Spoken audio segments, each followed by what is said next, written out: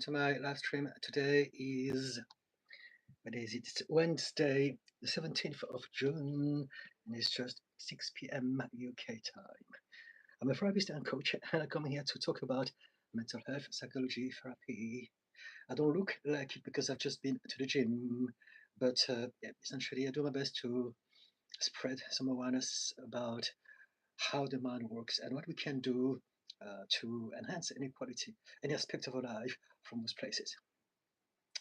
Disclaimer, I am not giving any professional advice because this is just social media.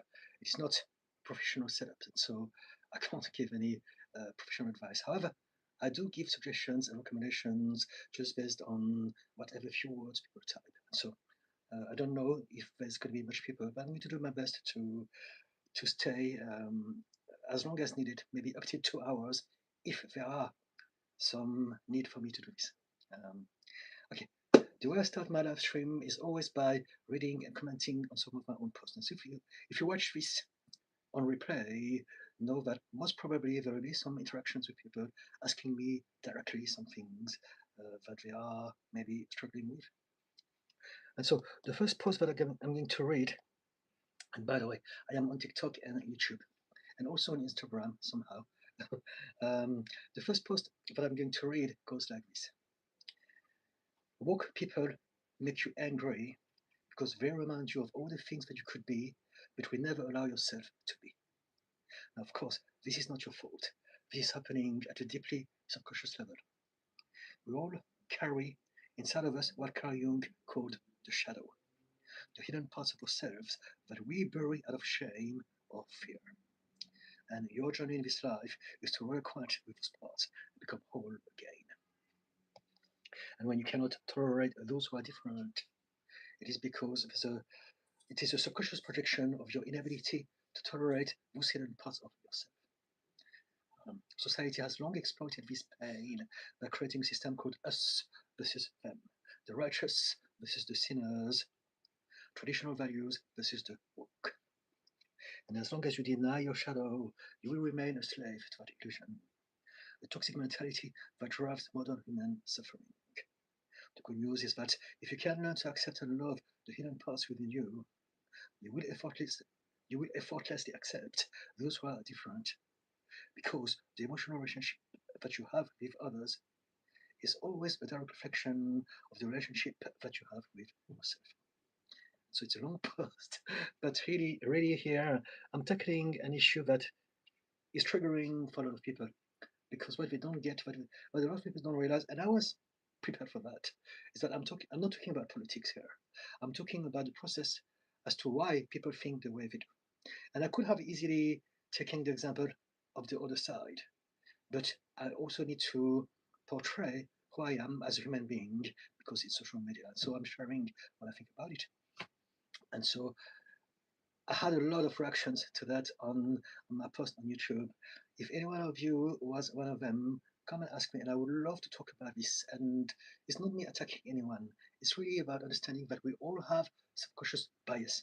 We all suffer from some level of subconscious distortions, dissonance, uh, and until and unless we realize that we have those filters that depict the reality that we're experiencing, then we will really believe that it's the only reality that there is, uh, without without without realizing that there's so much more to this than that. So there you go.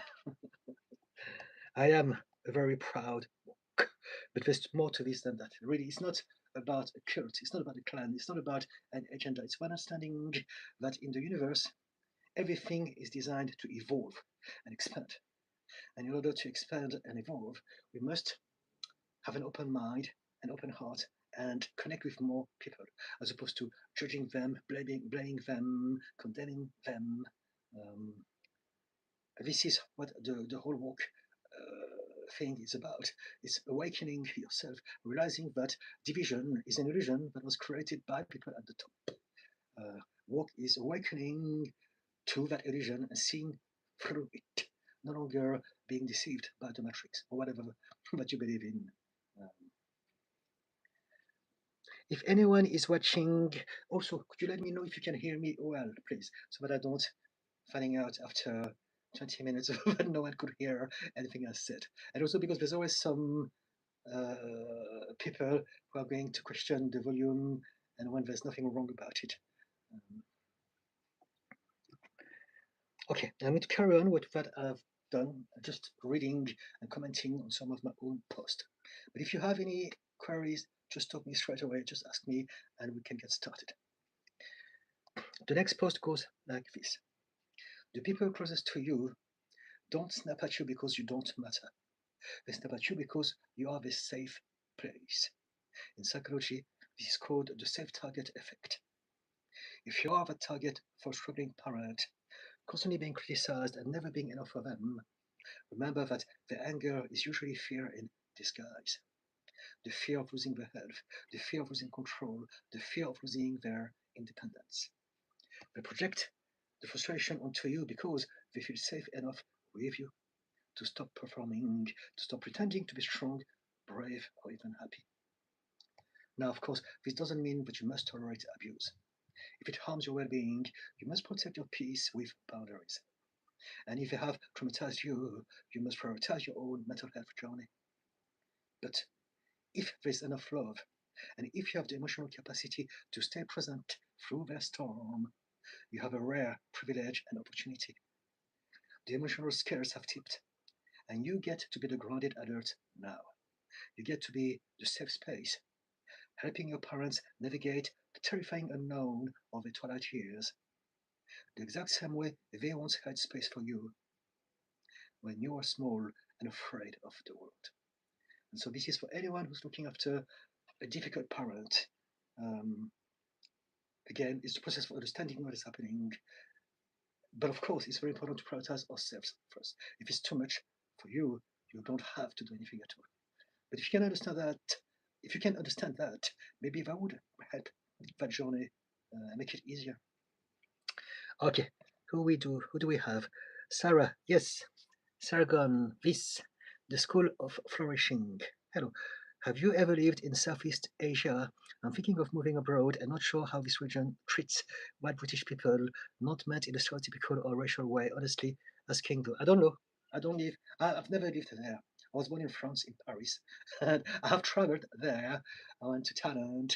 I don't think I've been anywhere else in that part of the world. Thailand was a very nice experience. I think, generally speaking, it depends where you go. But Southeast Asia, people tend to be quite relaxed and chilled. And yes, if you want to go there, I would recommend you to check on social media. There are tons of creators who are expats who live in different parts of the world and share their experiences. That'd be the best way to do this. But Thailand was a very, very amazing place for me to experience because people are genuinely kind, and I blame it on Buddhism. Um, there are Buddhists there, and so the culture is different. They teach people how to be patient, tolerant, and compassionate. They may disagree with some things, but the way they express themselves is always coming from a place of kindness and compassion. They give people a chance. Whereas in Western culture, we judge, we blame, we condemn, us versus them, right versus wrong, and sins, you should be ashamed. And this is a very different psychological and emotional dynamic there. But again, I'm not generalizing everyone, nor am I generalizing all the countries in Southeast Asia. I'm just sharing my own perspective of it, just based on my own experience of it.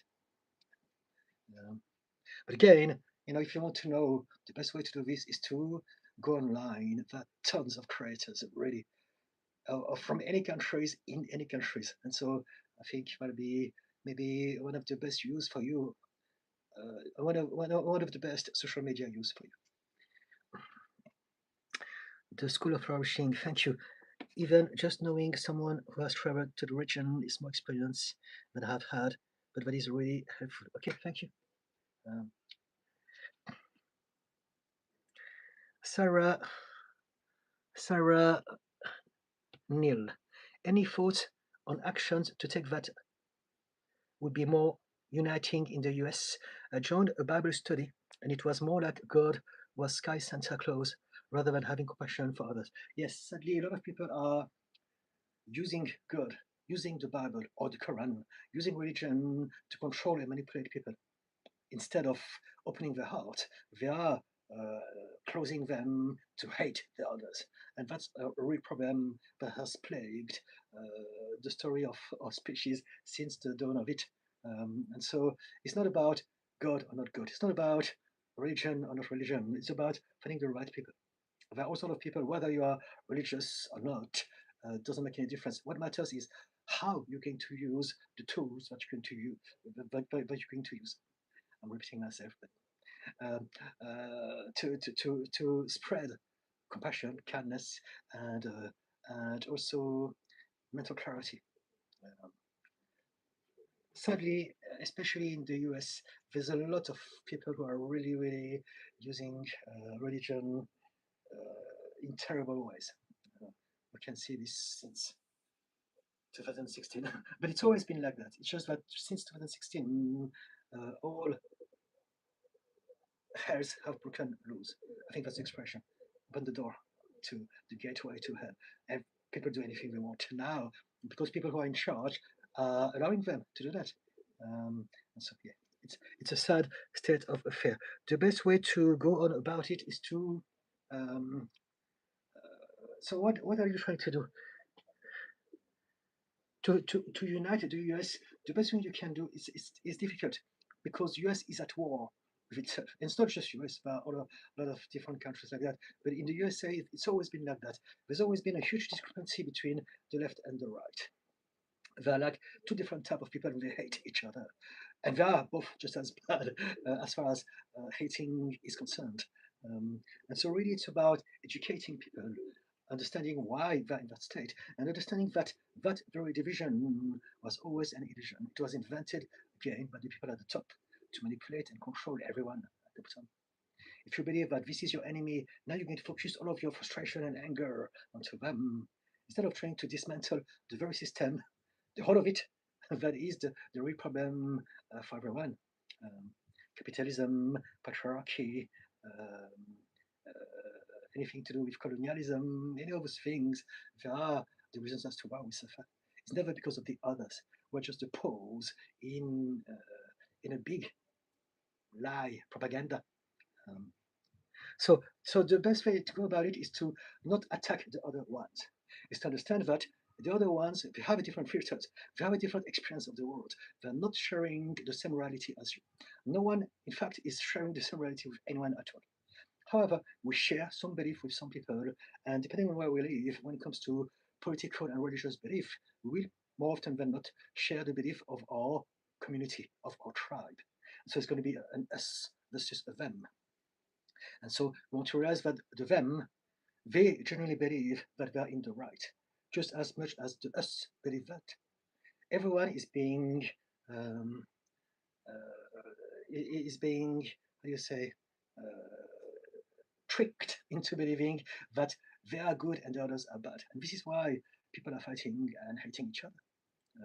The cultural war, for instance, it was made up for people who are on one side to have some witch to hunt and to burn at the stake.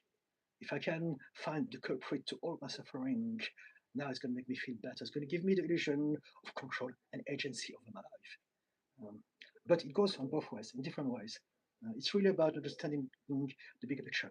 As long as we believe that there's an us versus a them, we are puppets being manipulated by people who are bigger than us. And so we want to realize that some people we cannot interact with them. They're too far off. It's better to say, let's agree to disagree, bye bye for now. But there are some people who may be able to. And it's about recognizing who are on the verge of expanding their mind, of seeing something that they have rejected up to this point. And also, you want to protect people who are on your side because with any kind of battle, there's going to be some casualties. But yes, education. Um, and that's something that I do not directly. I'm here to talk about mental health and psychology, but if people can understand the psychology of everyone, now we can understand why people are racist, why people are bigot, why people are conservative, why people believe in this or that. It's just belief. And we are all limited by an upbringing that we have never chosen. And so, really, the way that I look at people is that no one is good or bad. We're all doing the best we can based on whatever we believe is right. We really all genuinely believe that we're in the right. And it is that understanding that needs to be shared. Because then, when we can understand this, we can address the filters, we can address the solution, something that we can create together from both sides. The School of Flourishing. I had a therapy session today. Good on you. My therapist said that I mask my true feelings a lot. I'm scared to unlock my true self. I have a lot of low self-esteem. Any general tips to help with this? It's a journey. We're all different and it's a journey. So whatever that you decide to do, take it one day at a time. Don't expect anything. Don't expect for you to be here, to be different, to be fixed. Just like that. You're never going to get there. It's all about the journey. All your life, you keep on expanding, understanding some more elements of your past, of yourself, of your shadow part, and it really is a journey. And so, if you say, "I'm scared to unlock my true self. I have a lot of low self-esteem," tell yourself, "I have a lot of self-esteem, low self-esteem for now." We all change, we all evolve, we all expand. And so at this point in time, you're still carrying a lot of hurt. You're still carrying a lot of protection mechanism against the world. You're still carrying a lot of wounds that are not healed yet. And so it's okay to feel the way that you feel. Don't expect to change right here and now, and don't shame yourself for not being different. You are literally the product of your environment. You're bringing the belief system that you have acquired from your parents, from your community, from your teachers, from your education, from all of those people that you have never chosen. So whatever that you're suffering from is not you. There's no such thing as a personality or a character. The only patterns of behavior that are the result of everything we've been through up till this point. That's it. Personality is a myth. Character is a myth. Um, we really are the continuation of our upbringing, even before that. We are the continuation of whatever happened to our parents because the way they treat us, the way they bring us up, will be down to how they had their life. And so there is what we call generational trauma. And it's not all trauma, the good and the bad. We are literally the continuation of a story that started many generations before us. Um, and self awareness is to realize this. It's not me. I am that at this point in time because of XYZ. However, I can change. Your whole point in this life is to realize that you can change everything about your life. You won't be able to change everything in one go, just like that, in exactly the same way you want it, in exactly the way you want it to be, and at the time you want it to be. But you will be able to change some aspect of yourself one at a time over the course of your whole life. So you can choose what matters the most to you, what is your priority, and then one baby step at a time, you get going. And this is your journey. Um, does it help the School of Flourishing? Sarah, well, ice and police killing. Yes, I get it. I get it. So what you want to do is that if you are on the side of people who suffer from that, you want to create a community where you're going to support each other, look out for each other, talk to each other, um, back up each other. This is what you want to do. Just like in any times of conflict, in any places in the world throughout the human history, that's what you want to do. You want to prioritize safety for your people, for yourself, for the people that matter to you. And then, if you can, then you can also spread awareness. There are a lot of different ways to do those things, but yeah. I get it. It's not easy. It sucks. Jesse Eaton, I want to thank you for the Diary of a Human Being. Great wisdoms are original. Thank you so much. Most of the things I'll talk about, yes, they are. I mean, no one comes up with an idea. But very often, what I do, I see things or hear things, and I'm deciding, you know what? I can do that. I'm going to do it my way. It's not better necessarily. I'm going to talk about the same topic, but I'm going to do it in a way that makes more sense to me, that I hope will be easier for people to assimilate. And so, in this way, yes, it is original because I put some effort. I never share something. I never nick something just for as it is. I inspire myself like we all do, and sometimes the ideas come from me, and sometimes they're inspired by other stuff. But it doesn't matter because they all go through the filters of my of my own perspective, of my own point of view. And so in that sense, yes, but I want you to realize that all ideas exist in the universe. It's not about the ideas, it's about how you execute them. So, yeah. Jesse Eaton, also, do you have closed captions? What do you mean by closed caption? I don't understand. What is closed caption? I always do captions on my content, not on the live stream though. I don't know how to do this. I don't know if it's even an option. Sarah, Neil, is it Neil? Yeah. Lol, it's nice to hear you live. I thought you might be AI.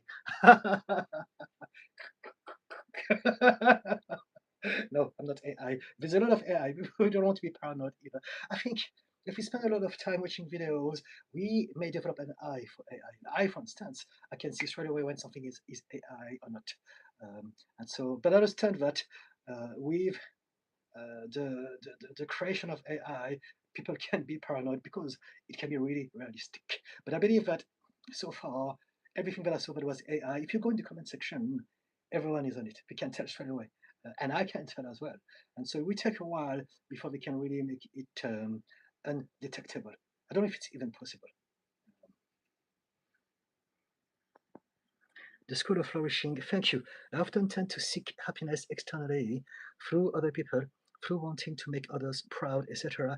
I can't really say I have much intrinsic motivation. So you want to develop this. It's not that you can't do this, it's just that you have been programmed to do this up to this point. That's it. We all are. We are programmed to function based on outside, external, outer rewards. And so there's a system that is called the stick and the carrot, reward and punishment. And it's external validation, external motivation, external rewards. And we've been all programmed in school as a child to function like that. And this is the problem. You want to really realize that there's another type of motivation that comes from the inside out, the inner motivation, the inner reward. And what is it? It's you listening, learning how to listen to your body, learning how to listen to your emotions, to your feelings, to your intuition, and then going along with that flow, with those information. When you feel good, when you feel excited, when you feel safe, when you feel inspired, when you feel excited about something, this is your cue. This is what you should be doing. But of course, many of us, we suffer from a lot of problems. We have some stress, anxiety, depression, trauma, whatever conditions. And so because of that, that makes everything more complicated. But society is indeed absolutely conditioning all of us to do everything for the outside motivation, for the others. We want to be validated by people. We want to be successful. We want to make sure that everyone sees that we are good enough. And it's just terrible. We want to learn how to unlearn this and realize that we are enough. We just need to tap into who we are, what excites us, we want to express ourselves the way we should express ourselves naturally, and trust ourselves. Trust ourselves to be good enough, to be kind enough, to be talented enough, to do anything that we want. And if we can do that, now we're going to bring something amazing to society because we need to bring ourselves instead of trying to pretend to be someone else that people tell us we should be. So that's the difference. But of course, it's a huge journey. And again, we have all been conditioned to do that. But I believe that that would be the first thing we should address in school before we're going to change the system. But of course, as long as we are living in a capitalist system, this is never going to happen. Because capitalism strive on that. It needs people to rely on reward or punishment in order to be productive, to produce for them, even if it gets them to burn out, even if it gets everyone unhappy and sick. They don't care. The capitalism system, the capitalist, the capitalist system is an exploitative system that don't care about people.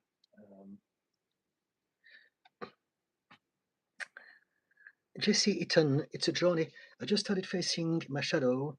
My emotions are on a roller coaster. All my past flooding back, realizing so much and clarity. Yes, it is. So take it one day at a time. Again, appreciate, focus on the progress, not on the outcome. Don't tell yourself, why am I still like that? What's wrong with me? No. Be kind to yourself. Be compassionate to yourself. And accept that whatever you're going through, you have never chosen anything. It's all the result of X, Y, Z. And so now you're learning how to understand and learn how to declutter those beliefs and let go, hopefully, of the ones that are holding you back or causing any problems in your life, like low self-esteem, for instance. Originally, low self-esteem is a belief that was created to protect you, because there's a part of you that believes that you're not enough to show yourself fully, truly, and authentically. And so low self-esteem is hiding you from that, so that you are safe from rejection, safe from judgment from others. And so it's not a sign of poor character. There's no such thing as character, remember. It is only a system that you have developed because back then that's all that you knew to develop to keep yourself safe. But if you can understand that, you don't need that anymore. Gradually, you can learn how to let go of that system and find the confidence that exists within you. There is some confidence within you. Within all of us, we're all born confident. If you look at babies, every single baby, except some rare exceptions, but the vast majority of babies are confident. They come into the world, they're just happy. I mean, unless they are suffering from some genetic conditions or from some very poor parenting, when they come into the world, they are happy. They have a face full of food, full of snot, and still like, they don't care. They're just being themselves. And this is what we want to remind ourselves. We lost our confidence the moment we learned from the adults about insecurity and fear and anxiety and not enoughness. Until then, we were fine, we were perfect. We didn't need to do anything else but just being ourselves.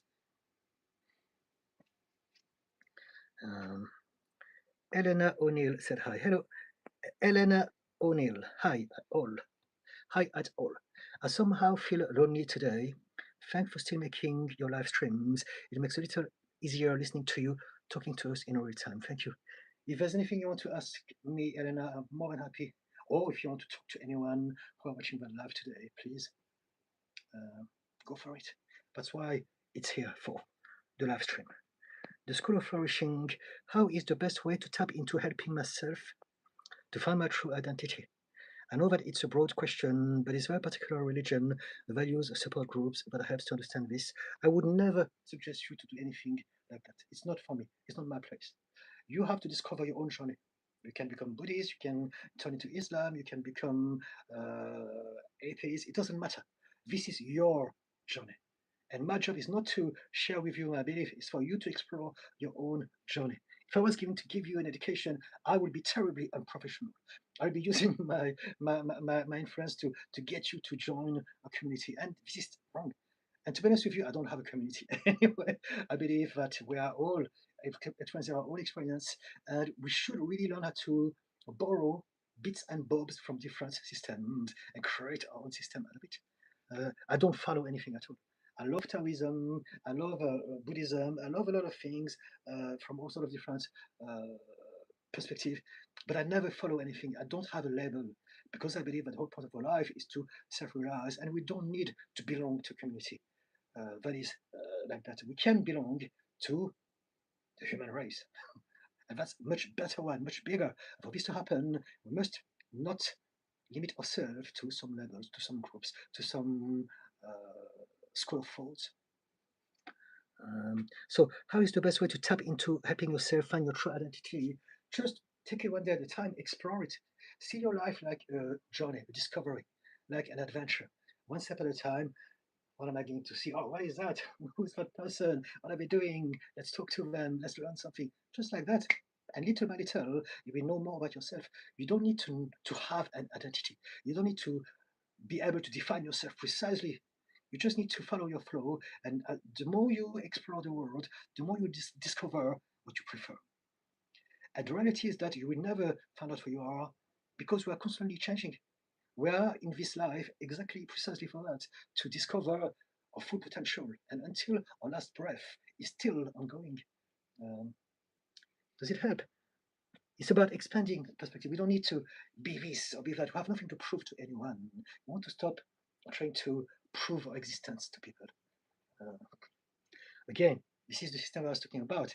The stick and the carrot. You need to prove to others that you're enough. You need to prove to others that you're worthy. You need to prove to others that you are you. We are always who we are. There's no such thing as other self than who we are. This is who we are at this point in time, with all the baggage, with all the filters and the limitations, but it's still who we are. And what we want to do is to expand that. self-awareness so that we can expand which that we are. We don't have to stick to the same system, the same perspective, the same limitations all of our life. We can change who we are. That alarm was to tell me that, to remind me that it's time for me to put my TikTok post out. So just bear with me. I'm going to do it right now. Willpower is it's a very nice script that I'm very happy about. What's the difference between... It's about willpower and neurodivergent people. I will read it out maybe next time at the start of the next live stream. Just bear with me. I just want to make sure that it's fully uploaded well. Lately I had some problem with Instagram, with Meta.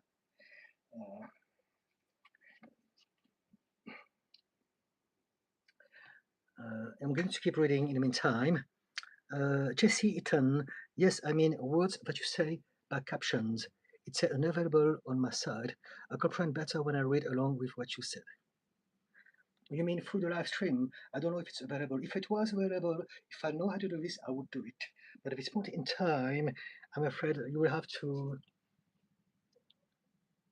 guess what I'm saying. Hopefully that'll be enough.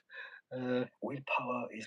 You know what? If I say something that is too fast or with an accent that is difficult to you, do ask me. And I will slow down and I will repeat myself. Okay? Jesse?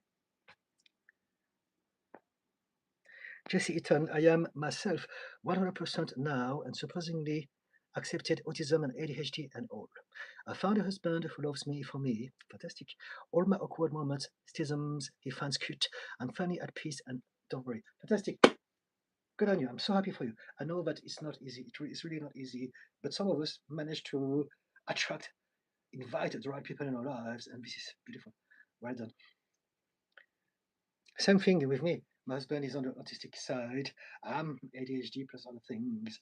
And if we didn't have our conditions, I think that neither of us could stand the other one as a starter. But also because we have our conditions, we can understand and connect at a much deeper level. So yeah. Jay Gariso, love your content. I too am the same way. I am into many religions and philosophies and take pieces of them. Buddhism being a big influence. I am changing my career and I start college this month for BH. So I don't know what is BH, but you know what? Good luck in whatever you are doing. Gariso, behavioral health. Okay, that's interesting. For emphasis in family dynamics. Okay, that sounds interesting. Jay Garizo, hoping to help others heal the same way I have been able to and continue to heal. Fantastic. Jay Garizo, I love that you, Jesse, eating. I too am ADHD and my husband. Okay. Ethan, my apologies. Pumpkin Puff, hi Didi, how are you feeling today? I'm feeling great, thank you. I've been to the gym, as you can see. I've been really changing my physical lifestyle lately because I have a lot of problems to address, and so yeah, much more training. I'm changing everything about the way I do things, and I'm loving it. I'm really, really loving it. And so yes, I found out that I have plaques in my arteries, and so basically I walk 1 hour every day. First thing first, every single day, and then after that, 4 times a week, I go to the gym.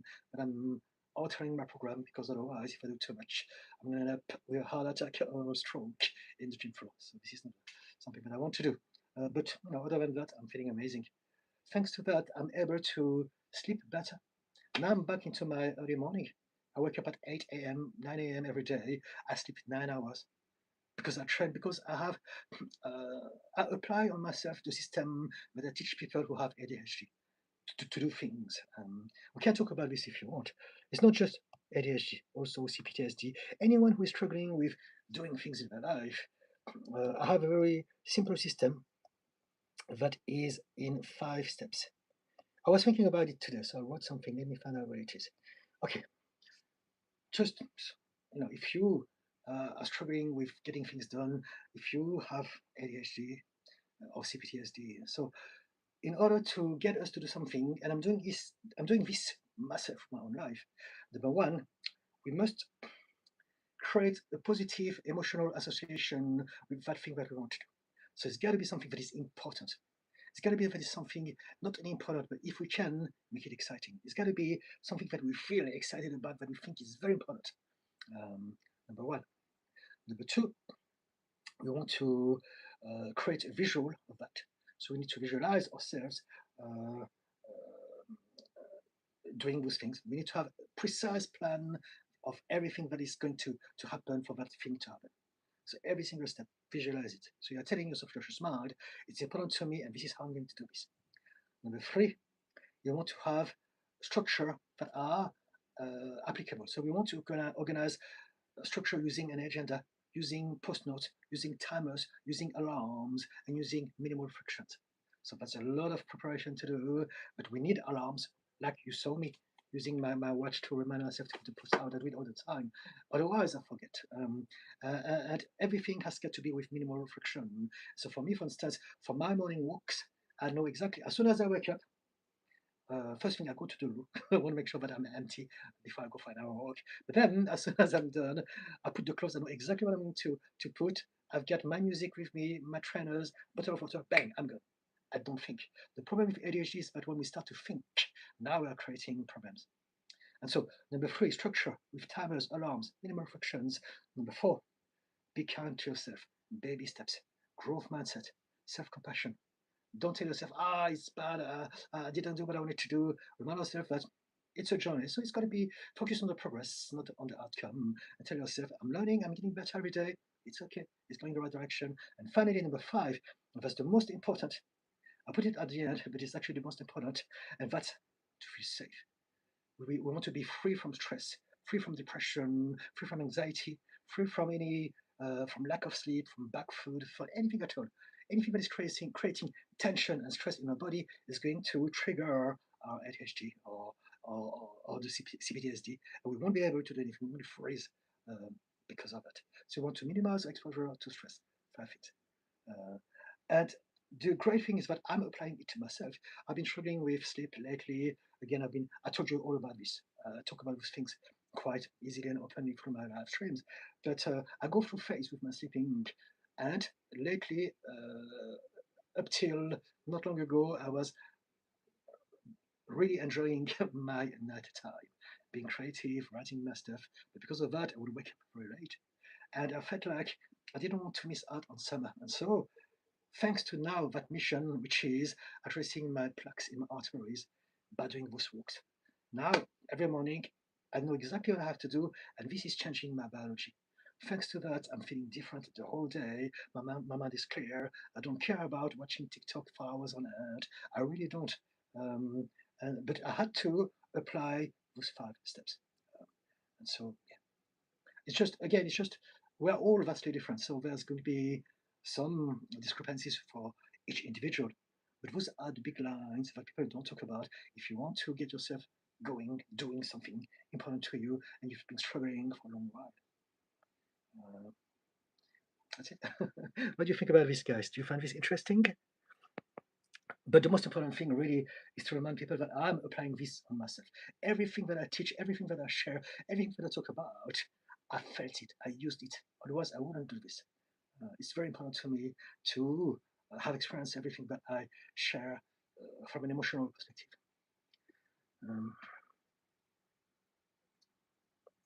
Jesse Eaton, a couple of emojis, a face. One is a smiley one, so I need to focus on that one. Jay Garrizzo, you look healthy and happy. Thank you. Well, everything is relative.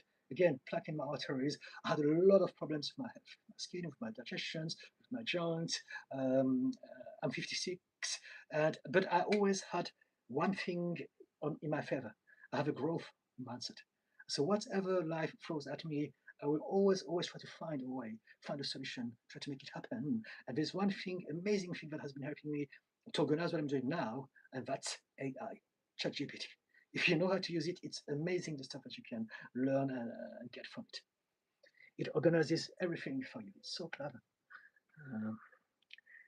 Jesse Eaton Harrison, Pumpkin Puff, good for you. It's always good to make an active change for your physical health. Of course. But here, my job is to help people who can't do this. But it's true, I agree with you. This is what you should be doing. The problem is, why can't people do it? That is why. Jesse Eaton, sorry, Agarizo, Dan, corrective text. Jay Garizo, have a wonderful, blessed day. I've got to get back to my work. Okay, see you. Pumpkin Puff, I've been trying to do parts of things I need to get done. Like I don't have to vacuum everywhere. Maybe just one area, which has been nice. Okay, okay, yes. So there's that. We don't need to do everything either. I mean, for me, in regards to my health, I've got to be on point because otherwise, I'm not going to make it. At any point, I can have a stroke or heart attack. So I really want to avoid this now that I have the information. But if it comes to those sort of things like tidying up your house, of course you don't have to do everything. I was talking about how I only do certain things. I wash the dishes, I do the bins, and I do the recycling. And that's all that I do as far as the household chores are concerned because ADHD and that. However, to make this happen, I went through the same process that I shared with you. Number one, I had to create a positive, empowering, emotional connection with that task. I had to make it important. I had to make it exciting. So how did I do that? I thought, you know what? I want to do this for my husband so that he can see that I'm doing something. I'm not just a lazy horse doing nothing all day long. I'm contributing in my own way. And, and because of that, I was able to utilize all the other stuff, all the other points that I covered. But the first thing was to create an emotional connection. It has to be important. Um, and thanks to that habit, I know that it makes him happy because it's not a lot, but he can see that I'm doing something. And he can also see that I have overcome my ADHD to make this happen after, I don't know, more than 10 years of me not doing anything at all in the house. Jesse Eaton, how did the computer get Harrison from Garizo? Ah, Pumpkin Puff, I agree with your steps. They're all necessary. Thank you. Pumpkin Puff, you're talking about being healthy and while I eat artichoke. Artichoke is great. I'm not sure about the rest of the dip, about what you are dipping in the artichoke. But artichoke is a kind of superfood, isn't it? Wilma said hi. Hello. Pumpkin Puff, yes, humans are resistant, but our life can be taken at any point. Yes, I understand what you mean. Yes, well, we are resilient, but we're also fragile. And so, Pumpkin Puff, did you have any symptoms from the plaque? It's not the plague. Plaque. I don't have the plague. I hope not. Plaque is because I've been eating a lot of rubbish for too many years, uh, and that has created some stuff in my arteries that block the flow of my blood.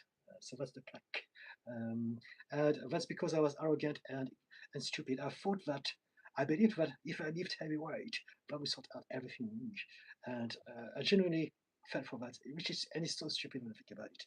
However, it's my life, and I can learn something new, and I can always bounce back and make the most of what I have now. And this is what I'm doing. Pumpkin Puff, I'm so sorry, I'm dyslexic. It's all right. Uh, I don't have the plague. Jesse Eaton, laughing my ass off. Pumpkin Puff, words look correct, but clearly I'm wrong. It's all right, it's no problem. Black is bad enough. I'm going to do something that I rarely do, but I've been to the gym and I drank a lot of water. So I'm going to go very quickly to the loo. I'm sorry, but I drank gallons of water. I'm back ASAP. Just stick with me.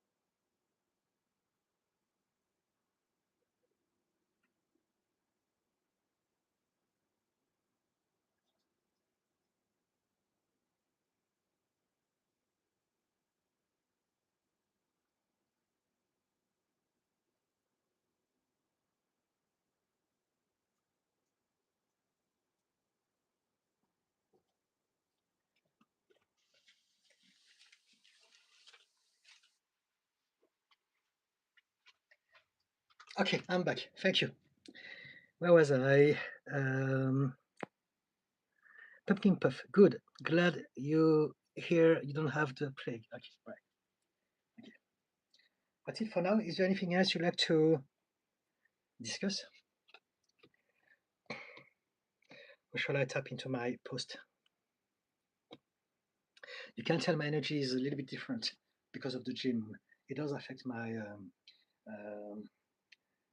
my biology, the way that I feel. And that's why it's so important to do physical stuff, because it really makes a difference into how you feel, especially if you are neurodivergent.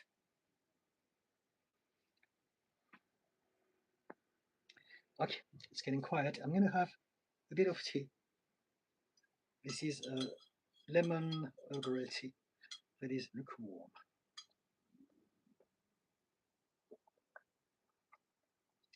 And it's lovely. Um, Pumpkin puff. Do you take any caffeine before you go to the gym? Not anymore.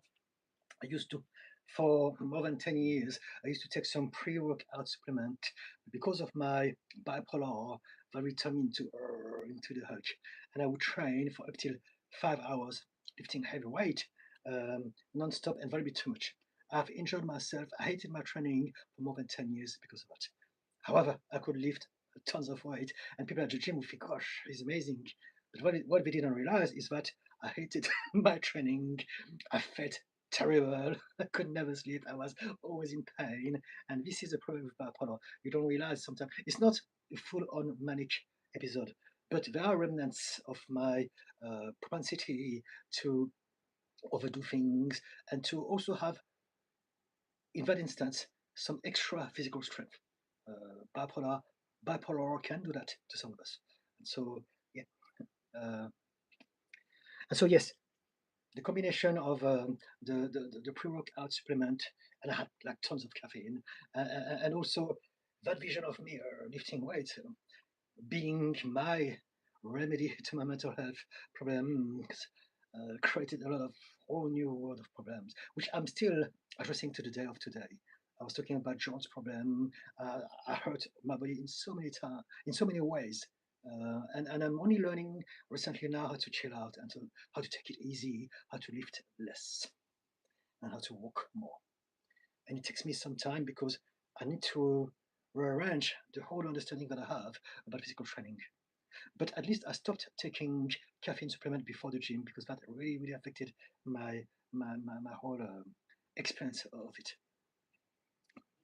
Um,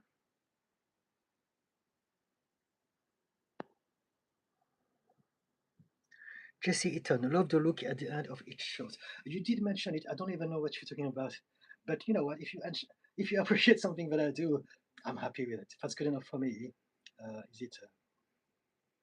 I haven't got a clue what it is, but that's fair enough. If I'm doing something that you appreciate, then I must be doing something right. Wilma said hi. Hello. Jess Eaton, what do you recommend for calming meditative tea? Um, the regular stuff that people take would be things like chamomile, there are tons of them. I don't really recommend anything because in order to be calm, it takes so much more than just tea. In order to be calm, we must let go of the stress, of the overthinking, of the worries, of the anxiety. Um, we must heal the trauma and all those things. We must sleep enough. We must eat well. We must exercise, spend time in nature, have some sun in our face. There's so many things we need to do in order to be calm. Tea is the last of that list. It's nice. It's enjoyable. You can have, I don't know, some ginger tea. There's so many teas that you can have, but really, it's more like something that we add, that will be part of a ritual. Like people put some incense or some candles to meditate, and you don't need that. However, if it makes their life easier, if they'll enjoy this, then it's okay. It's not a problem at all. But we want to realize that it's not that that is getting us into a meditative state. Um, it's really everything else that we do about our life. This is just the cherry on the cake, the little decoration to the ritual. Um, yeah. But if you want some calming teas, my best suggestions is to, I'm going to do it for you. I'm going to go on Google and best calming tea. Um, okay, we have chamomile, as I was saying, lavender. I didn't know if there was a tea called lavender. I'm not sure that would taste very nice. Um, for better sleep, chamomile. For stress relief and mood, lavender. For daytime calm, green tea, which is weird because green tea has some caffeine. For physical tension, valerian roots. Okay, I knew about this. And linden flower. So yes, just go on Google and type and try. I think anything that smells nice that you enjoy um, would be good enough to give you the idea, to give you the extra um, decorum to your meditative ritual. The School of Flourishing. Do you take medication for ADHD? No, I don't. I have recently been diagnosed, and interestingly, I've been part of diagnosing others with ADHD, but always been on the fence with the medication. So it's well different. It depends. Some people enjoy the medication, some people don't. I am against any type of drugs and medications. I avoid any drugs as much as I can because I used to be a drug addict. So I have a terrible relationships with anything that is not natural. I try my best to go holistic, and I've been addressing all of my problems holistically. Um, um, there's only one medication that I take, and it's called allopurinol because I have the gout. So there are some limitations to to my power, and there's a time and place for those things. But I don't believe that I need medication for ADHD. Generally speaking, people take medication for ADHD to be able to be more neurotypical, to be able to operate in a neurotypical world. And to me, it's the opposite of what we should be doing. Instead of trying to comply and fit in by taking some medications, we should really be exploring how we can create a life for ourselves, a lifestyle that supports us instead. And so I talked about it in that very live stream, the 5 points that you need to work on in order to be operational if you have ADHD. For people who are new to my channel, all the live streams stay on my channel. What it means is that from tomorrow, once YouTube has fully uploaded that live stream, it will be available to replay. So if you want to retrieve the information that I talked about, I'm not going to repeat myself. It's there. You can get it back from tomorrow by replaying this video. Uh, but I believe that we don't suffer from ADHD. We suffer from the stigma that's attached to it. Um, Instead of trying to fix ourselves, we want to understand ourselves. We want to create a lifestyle that supports us. Um, yeah, very important. We want to stop believing there is something wrong about us. There's not. Pumpkin puff. Oh, so you've just been on a natural energy high. That's great. Yes, I do that every night. Then again, I've been sleeping like a baby, 9 hours non-stop every night since I started that new mission, and because of that, the sleeping, the training, the first hour of the day outside walking, the sunshine, the bird songs, all of those things, my whole chemistry has changed. My level of energy is different, and I love this. I really, really love this. I think people don't realize how important it is to do all of those things for our mental health. Um, I'm not saying that just that is enough. We're all different. I've worked on myself for many, many decades, all my life. But it is very important indeed. When people say, I can't afford therapy, it's too expensive, you know what? You have tons of other things that you can learn and develop and do before you even think about therapy. Jesse Eaton, how about marijuana? Mama Juana. I like this. Mama Juana use an ADHD. It helps me. I wouldn't suggest it. I mean, it can be a temporary help, but I don't believe that uh, taking drugs is a good idea over a long period of time, especially weed. This makes people paranoid. It affects the way you think and the way you feel, and so there's that. Now, if some people have a terminal illness and they're suffering, it helps them relieve pain. Yes, everything is contextual. It depends, but maybe it's useful to you at this point in time. But I would suggest you to find out other strategies to navigate through life. If you need to rely on a drug to function, at some point you will have um, some new problems to deal with. And that's coming from an ex-addict. Jesse, no stress, anxiety here. Pumpkin Puff. Also, I think I know the looks that Jess Eaton is talking about. A lot of the time, you put your hand over your heart and look at the camera in a compassionate way. Like that, or something like that. Okay, that's fair enough. Okay, is that? Yeah, I like to do this. I think I want to emphasize emotions. We live in a world that is very, very pragmatical, and people don't talk about emotions enough. So when I do this, I'm showing physically what I'm talking about. Solitude Avenger. Hi, I wanted to connect just to thank you for all your posts, awards, and help. Fantastic. Thank you so much, Solitude Avenger. Sakaniki Perovics. Hi. Sasha Nikki Perovics. Pumpkin Puff. I do have a question. How do you stop others' words from affecting you or getting under your skin? You want to change the meaning of it. If people say things about you that are hurting you or annoying you, it's only because you believe that what they say is true. That's it. You have given a meaning. You believe that if they say that, then it means that, and you need to react to it emotionally. So you want to find out what is it that they said? Why do I react to that?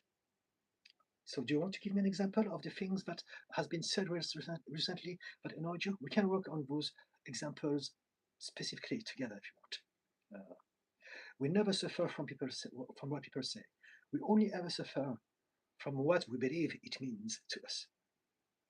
So it's about changing the filter, changing the meaning, changing the translation, changing the interpretation. If you think about it, if someone else told you the same thing, or if those people said the same thing to someone else, they may not get the same reaction because we're all vastly different. And so the problem is not what they said. The problem is why you reacted to what they said. Hope it makes sense. Pumpkin Puff. I was told that I was letting myself go. Okay. So do you believe that? We talk about shadow parts, and this is it. I believe that you believe within you that they are saying the truth, so it's annoying you.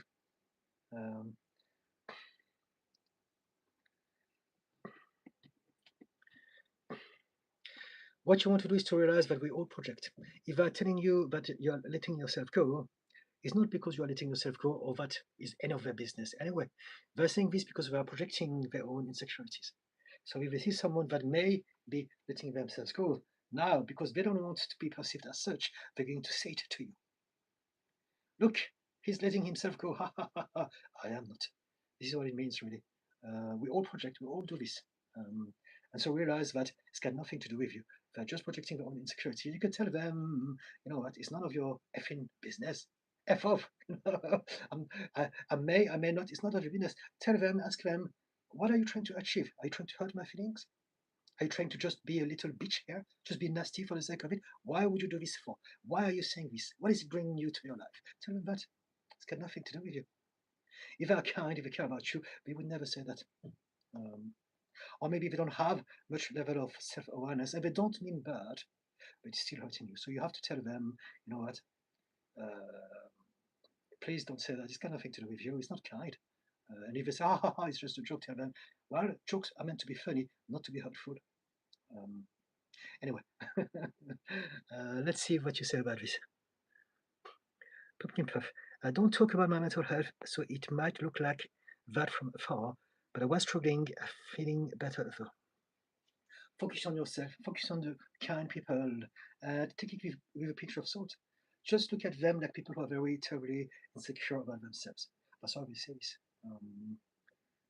The example that I often give is that imagine that you are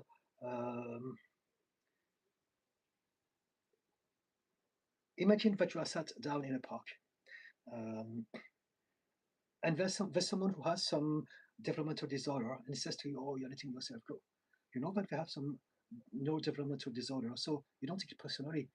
You know, they're expressing something. It doesn't necessarily mean what they mean, so you're not going to be angry at them. You say, "All right, no worries." And then imagine that there's a kid who says the same thing. Oh, you're letting yourself go. You're not going to take it personally either. It's just a kid. Now suddenly someone that you don't like comes and says, you are letting yourself go. Now you can feel hurt.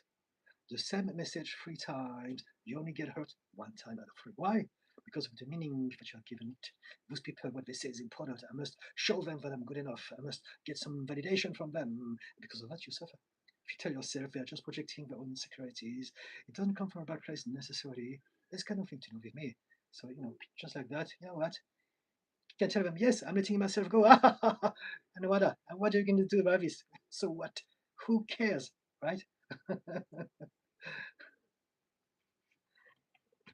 Or you could tell them, you know what, I'm struggling with mental health. I'm trying very hard every day.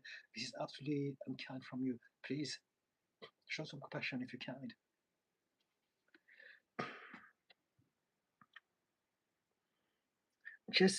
Jesse Eaton. I don't want meds either, but I would like to be able to focus and concentrate. I have a hard time completing things. Yes, I talked about it in the live today. 5 points. Go back to it. It's all there. I can extrapolate on this point if you want, but it's really what must be done. And it's absolutely possible to everyone to do this, but there's a lot of work for some of us. 5 points. Without drugs. Pumpkin Puff. I used to go to the gym every day, eat healthy, and was on top of everything. But mental health tanked, and I'm struggling to keep up with society's norms. Because you're trying to keep up with society's norms, stop trying to keep up with society's norms. Precisely my perspective. We have to stop believing that we are the problem and we have to fix something about ourselves. We don't need to conform to society. We want to expand society by being ourselves, by finding a way to create a space for us in that society. And as we do this, that society will become better, kinder, less ableist, more accepting of everyone. And this is how we expand the system. Stop trying to be enough for others. Learn how to be yourself and try to create a system that can help you be yourself. Like me, I was telling you how I'm doing all of those changes in my life, and I'm aware that I'm extremely lucky to be able to do this. Every morning I go, so I walk for an hour, but it takes me 10 minutes to go there, 10 minutes to go back, and I sit down 10 minutes chilling on a bench. So it's basically 1.5 hours every morning. I know that not everyone can do this. And also, I wake up when I wake up. So it may be 8 o'clock, 7 o'clock, 9 o'clock, it depends. It doesn't matter. I sleep until my body has enough sleep, and then I wake up, and then I'm on the mission of walking it was like precisely because I'm walking for my life, like literally. But I'm able to do this, and I'm able to do this because I have created a lifestyle for myself. So there's a lot of things to take into consideration. It's about doing what you can do at this point in time to get closer to that place where you have freedom to do whatever that you want to do, like I am able to. The lifestyle that I have now, it's worth everything to me. Um, I may not be a millionaire just yet, but I'm free. And I'm able to be myself, to express myself, and to share the things that I know and help people in the way that I want to do without anyone telling me how to do it. And this is absolutely everything that we should strive for in this life. Stop trying to fit into a system and instead expanding the system by addressing our life one priority at a time. Pumpkin Puff, I should just tell people to F off. I don't want to be rude, but I think about it. So you can find ways, use your imagination, find ways to say it in a way that is not rude, but that is firm. Tell them, I'm sorry that you feel that way, but you know what? It's none of your business. Say it with a smile or whatever. Find ways, there are tons of ways to do this. To be diplomatic, yet firm. I couldn't tell you because I don't know you personally. It has to be something that works with your way. The way you are would dictate the way you can find your path of least resistance. Um, for some people, saying F off is the best thing for them to do. For some others, it may be something else. So because I don't know you, it's for you to find out. But there are ways to learn how to communicate things in a nice, in a firm, yet polite way, socially acceptable way. Pumpkin puff, agreed. Now I'm actually making a system that works for me. Good on you. Yes. Sit. Pumpkin puff, lol, are you a power walker now?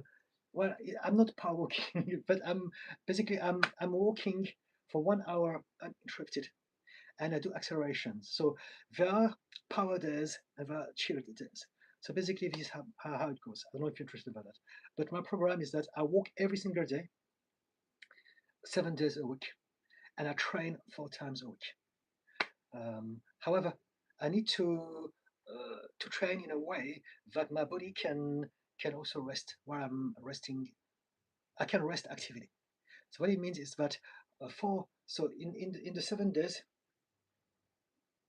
Tuesday and Wednesday and Friday and Saturday I go to the gym. So on those days I'm going to do some accelerations when I walk. So in the morning I need to walk, like let's say this is a, I don't know. Imagine this is the circle, Russell Square. Half of it I'm going to walk as fast as I can, and the other half as chilled as I can. So it's up and down for an hour. So on days that I go to the gym, I'm going to push accelerations. On Mondays, Thursdays, and Sundays, chilled, no accelerations at all. Super chilled. I listen to reggae, whatever, and I really, because it's about active recovery. So I'm still walking, but in a way that allows for my body to recover from the power walks and the weight training as well. So it's important to know all those things if you are going to do those things, because otherwise you could end up like me. If I didn't use ChatGPT, I would have gone power walk every single day, and that would have caused problems because that would have been too much. My plaques would have ruptured at some point. Whereas now I'm really learning how to understand my body, how to feel it, and how to recalibrate my needs to how I feel one day at a time. Rebecca Slade. I got my first tattoo recently at 49. Do you regret any of yours? No, I don't. Not at all. Good on you for having a tattoo at a relatively late stage of your life. No, I don't. Because it's not about the tattoos. It's about you accepting yourself. If you accept yourself, if you don't care about what others think, no matter what tattoos I have, no matter what face I have, no matter what body I have, no matter what accent I have, I don't care. I love myself. I accept myself entirely. I have nothing to justify, to prove, to defend, or to explain. And this is a testimony of self-love. Right? When people say, "Oh, I don't like tattoos because I may regret it, I may change my mind," they are still being limited by the fear of how people are going to perceive them. People who don't care about this, they're at peace. And very often people say, "Yeah, but you're going to look ugly when you get old with your old skin wrinkled with tattoos." And I always tell them, "And you need to be just as ugly as me, but without tattoos." What's the difference? It doesn't make any difference at all. And so people are just creating those things in their mind to justify what they say. But in reality, it comes from a subconscious uh, bias, subconscious fear. There's a part of them that is thinking, they're projecting. If I do that, people are going to judge me. And it's important for me that people see me under good lights. And so I'm going to judge them. This is why people judge other people. That's the only reason. They are projecting their own insecurities and shame on others. And so, yeah, whatever you do, it doesn't matter. It's your life, it's your body, and the way you express yourself and you interact with others, the things that you say are going to be showing more things about yourself than about the topic. So when people talk about your tattoos or my tattoos, they're not talking about the tattoos, they're talking about themselves. They don't realize this, but if you can realize this, then you can tell yourself, we're just projecting. It doesn't matter. If you want to be polite, you can say, yeah, yeah, whatever, and just move on with the day. It doesn't matter. None of those things matter. Pumpkin puff. I understand what you are saying. It honestly helps to just be told it's okay. Okay? I just felt really bad after that, and now I look at myself and beat myself up a bit. I know I'm doing my best though. So replace shame with guilt. Shame is I'm bad. Guilt is I didn't do something that I should be doing, or I did something that I shouldn't be doing.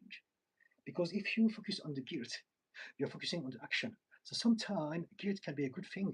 It can help you gather the energy to make it happen. Whereas shame doesn't. Shame is I am not good enough. I will never get right because I have no willpower. I'm just a weakling. I can never do anything. Shame is terrible. It destroys everyone. It takes away your power. Guilt can be very powerful. For a long, long time, I was plagued with guilt because of the things that I did, because of my conditions, borderline personality disorder, and I used to hate myself. I was like, why did I do that for? But that guilt kept on reminding me, I've got to do something about it. I've got to heal. I've got to learn more about it. I need to change. I can't allow myself to continue being like that.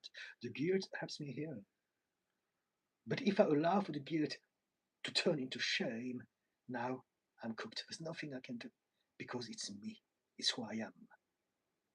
So if you feel guilt, you know what? Utilize this positively. Turn it into a reminder of the things that you would like to change about your life. Parlous Louch. First time here, check your microphone audio.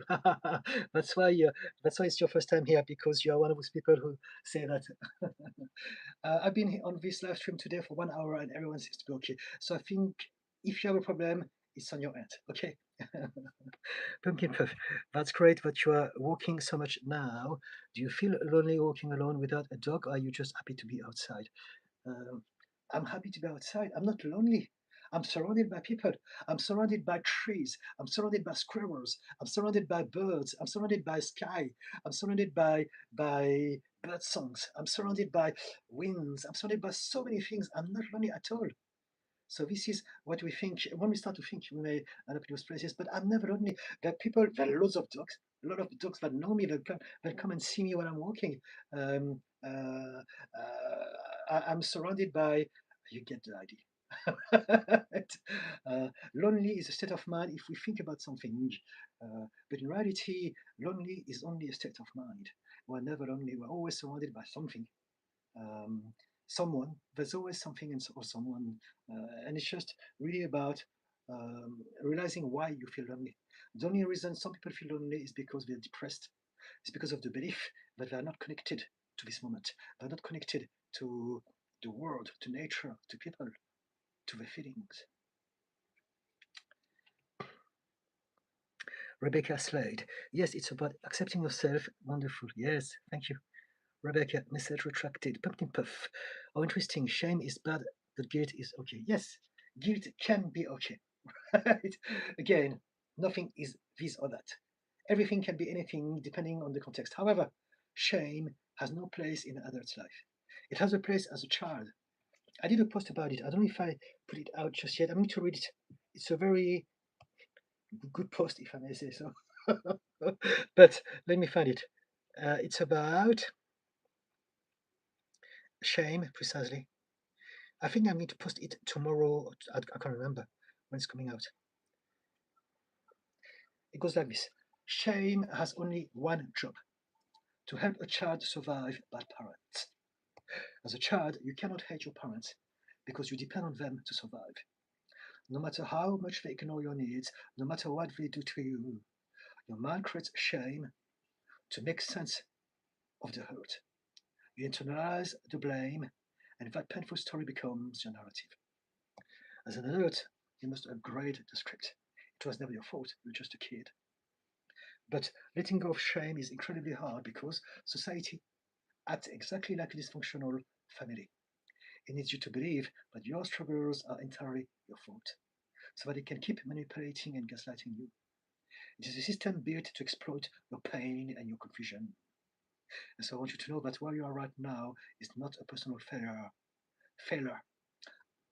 nor a reflection of a poor character. Remember, there's no such thing as character. It is the direct result of your upbringing, paired with a toxic culture that thrives on shame, blame, fear, and division.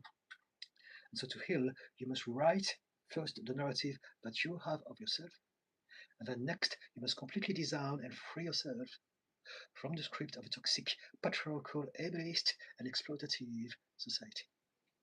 So now I'm going very big politic. But it's important to realize that when we talk about mental health, we have to talk about the structure of society because it directly impacts everyone's mental health. But anyway, this is to explain why shame exists, so that you can make sense of the hurt when you're a child.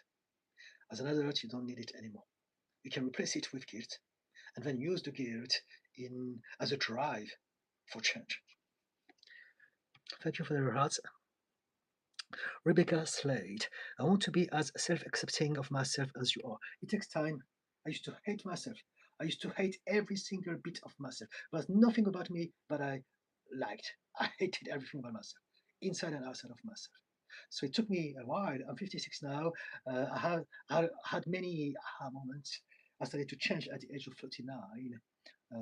But it's a journey. And so I wish you all the best with that. If you keep coming back, we can talk about these things and see if we can maybe uh, come up with some systems that you could use for yourself. Um, would you like to share with us what are the things that you are finding difficult to accept? Rebecca? Pumpkin Puff. Oh, that's lovely. Wow, you are just a ray of sunshine today. Am I? Oh, wow. Okay. Thank you. Rebecca. Where am I? I'm still on that comment. I'm a ray of sunshine. That's great, isn't it? Rebecca Slade, I can't afford your fees. How will I ever get better? You don't need to afford my fees. There are millions of things you can do. Again, I talked about it. There are tons of things that you can do. It doesn't have to be me. It doesn't have to be even a therapist. It's about you going on your own journey and finding out what you can address one thing at a time to expand your mental clarity, your peace, your self confidence. Um, a lot of people can't afford my fees. That's why I'm here. Free, me, right? 2 hours, twice a week, every single week. You can find me here. I'm doing this precisely because of that. And so, what I want you to realize is that there are a lot of people out there, there are a lot of systems out there, and it's for you to go through your own journey and to discover what things you can learn about yourself, what system you can try, what people you can work with. It's for you to do this. You don't rely on me. You don't depend on one person. You don't depend on anything at all. Your life is an adventure for you to discover, right? And so keep coming. If you can't afford my fees, it's fine. I'm free, and I'm all yours, guys.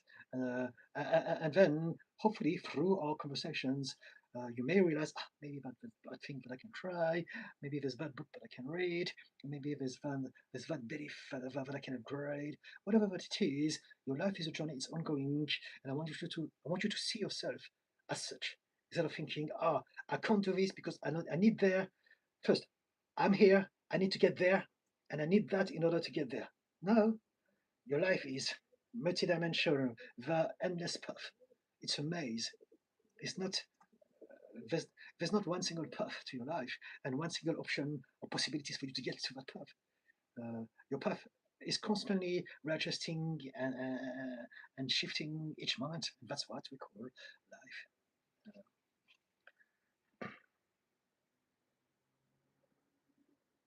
But yes, you will get better as long as you keep trying, as you keep being open minded, as you keep wanting to get better. And I know that you want to because you're here. So keep coming here. And I would love to do my best to give you some advice as much as I can. Rebecca. Jiki, hello, Jiki. Pumpkin Puff. So guilt can be a motivator for life changes, but don't shame myself into changing. Yes, absolutely. Yes. Jiki, how is evening? I don't know how is evening. I think the evening is nice and mild and sweet and and yeah, as far as I'm concerned. Rebecca, I'm struggling with my outburst. I have ruined my life with my outburst. I have been banned from my sister's weddings and my son hates me. I get it. I'm possibly bipolar. I get it. I get it. I get it. It's not easy, but that's your journey. I have bipolar. I have BPD, ADHD, and CPTSD. And so I used to be like you describing yourself. I used to be emotionally totally unstable and erratic. I was crazy. I was mad. Um, I would shift state for no reason at all, and I would turn into I often use that. I would turn into Mr. Hyde, Dr. Jekyll and Mr. Hyde. I would turn into that monster, into the Hulk. Again, look at my mug. The Hulk. And that has ruined 30, I mean, not 39 years, but up to the age of 39. Every single relationship, everything in my life. And I hated myself for that. But, that's the journey. For some people, it takes less time. For others, it takes more time. We're all different. But your journey is to find out how you can make it better. And the first thing you want to do is to let go of shame. Again, let go of the thinking, what's wrong with me? Why can't I get anything right? You want to accept that whatever you're suffering from is the result of your upbringing. And you have never chosen that. You have created a program, a subconscious emotional program that is the result of whatever happened to you, and also all the things that didn't happen to you as well. And so because of that, now you are suffering from possibly bipolar or something else. Uh, but you have never chosen to have that condition. You have never chosen to suffer from whatever you've been through in childhood. You never chosen that. It's not your fault. So whatever that you are suffering from is the result of the luck or the bad luck of the universe. However, your job is to make the most of each moment, and you can change. It's possible. Uh, I really was a very, very different person at the age of 49. Sometimes I'm reminded of who I was, and it sucks. But I'm doing my best to turn it into a positive. The past is the past. Some people will never want to see me ever again. They are still traumatized today, and there's nothing I can do about it. I must accept that it happened. And now I'm doing my best to give a bit of karma to everyone else, and and that's enough.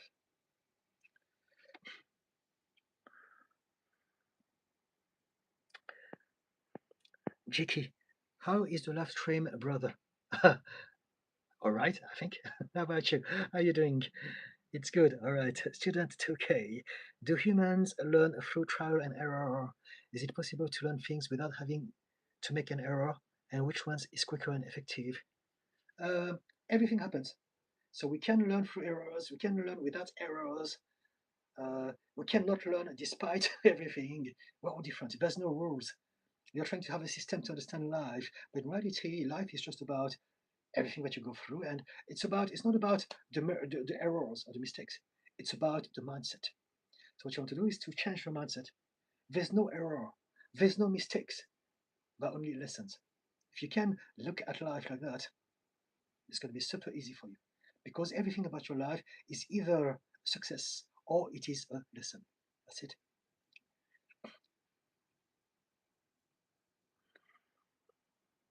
Is it possible to learn things without having to make an error? Yes. You learn a lot of things without having to make mistakes. But also, sometimes you have to learn things by making mistakes. They're not really mistakes. They're telling you this is good, this is not good. It's not a mistake.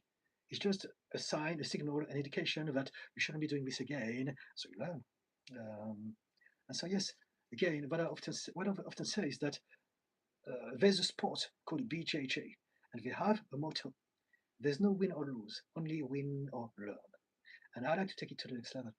There's no win or learn. There's only learn or learn. Your whole life is going to be a discovery journey. And so if you can have that mindset, you never make a mistake. You never make an error. You never fail. You are constantly learning.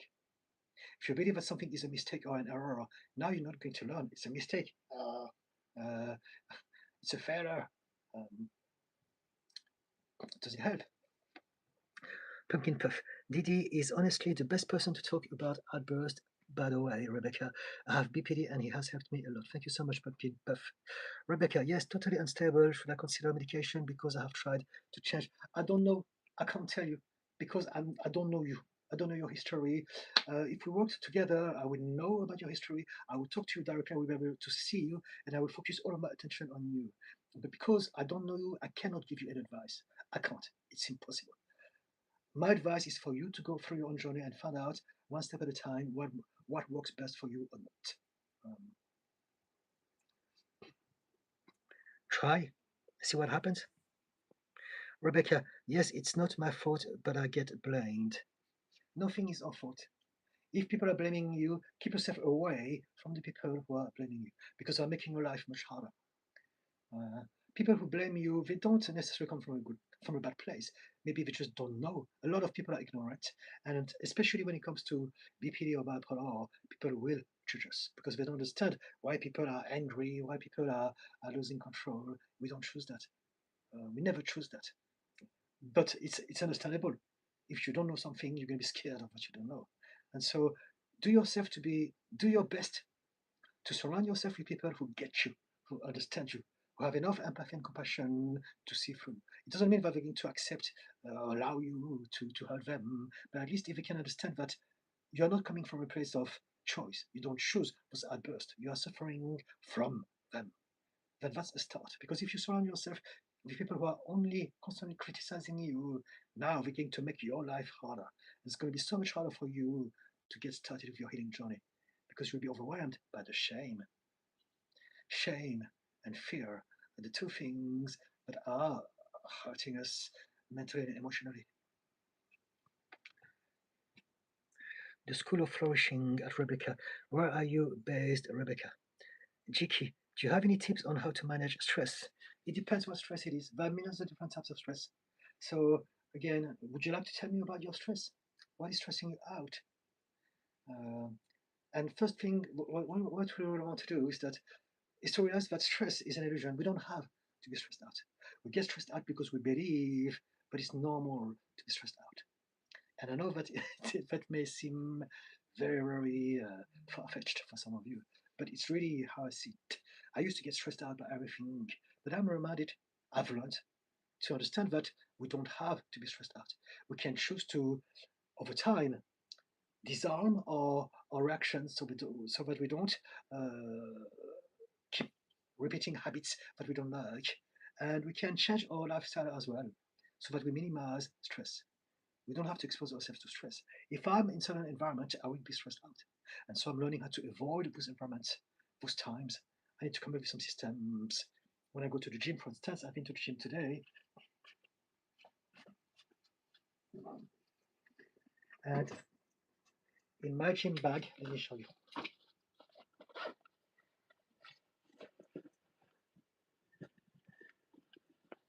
is earmuff. This is earmuff for people who drill holes in the street. Sometimes, if it's too loud at the gym, I put them. And so much, my life becomes happy again. Because until then, people slamming their weight, this really stresses me out and stresses me so much. Uh, and so we have to come up with some systems to avoid stress, but also we want to avoid places and time that could be overwhelming to us as best as we can. We must accept that we don't have to accept the stress. Maybe for some people, they need to go through stress because economic situations or whatever it may be, but over a long period of time, you want to create strategies to minimize those things that we have to do. We don't have to.